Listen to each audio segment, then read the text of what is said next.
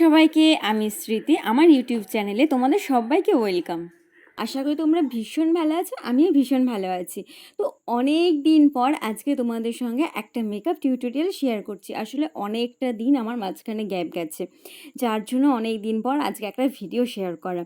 তো যাই হোক, ফার্স্টেই তোমরা যেটা দেখলে, আমি মুখটা ভালো করে ক্লিন করে নিলাম। ক্লিন করে নেওয়ার পরে আমি মুখে প্রাইমার ইউজ করলাম, ময়েশ্চারাইজারটা কিন্তু স্কিপ করলাম। এই গরমের দিনে ময়েশ্চারাইজারটা স্কিপ করাই ভালো, যে গরম বাবা। তারপর চোখের নিচের কালো ডার্ক স্পটগুলো ঢাকার জন্য চোখের নিচে, নাকের দুই সাইডে আর মুখের দুই সাইডে অরেঞ্জ কারেক্টার দিয়ে ভালো করে ব্লেন্ড করে নিলাম।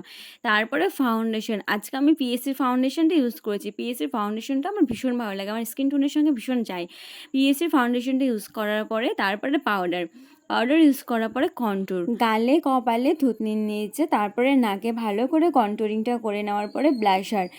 মেকআপের ক্ষেত্রে ব্লাশারটা না দিলে একদমই ফাঁকা ফাঁকা লাগে, তাই হালকা করে দুই গালে ব্লাশারটা করে নেওয়ার পরে নাকে, নাকে তো একদম, নাকে একটু দিলে একটু কিউট কিউট লাগে, তাই নাকে একটু ব্লাশারটা করে নিলাম। তারপরে আইব্রো, আমার আইব্রোটাও করা কমপ্লিট। তারপরে আই মেকআপ, আজকের আই মেকআপটা ভীষণ হালকা রেখেছি। আমি নিজের উপরে আই মেকআপগুলো সবসময় হালকা রাখারই চেষ্টা করি। আমার নিজের উপরে আই মেকআপগুলো ডিপ একদম পছন্দ না। তোমরা যারা যারা আমার মেকআপ ভিডিও দেখো, দেখবে প্রত্যেকটা আই মেকআপ আমার ভীষণ হালকা করা।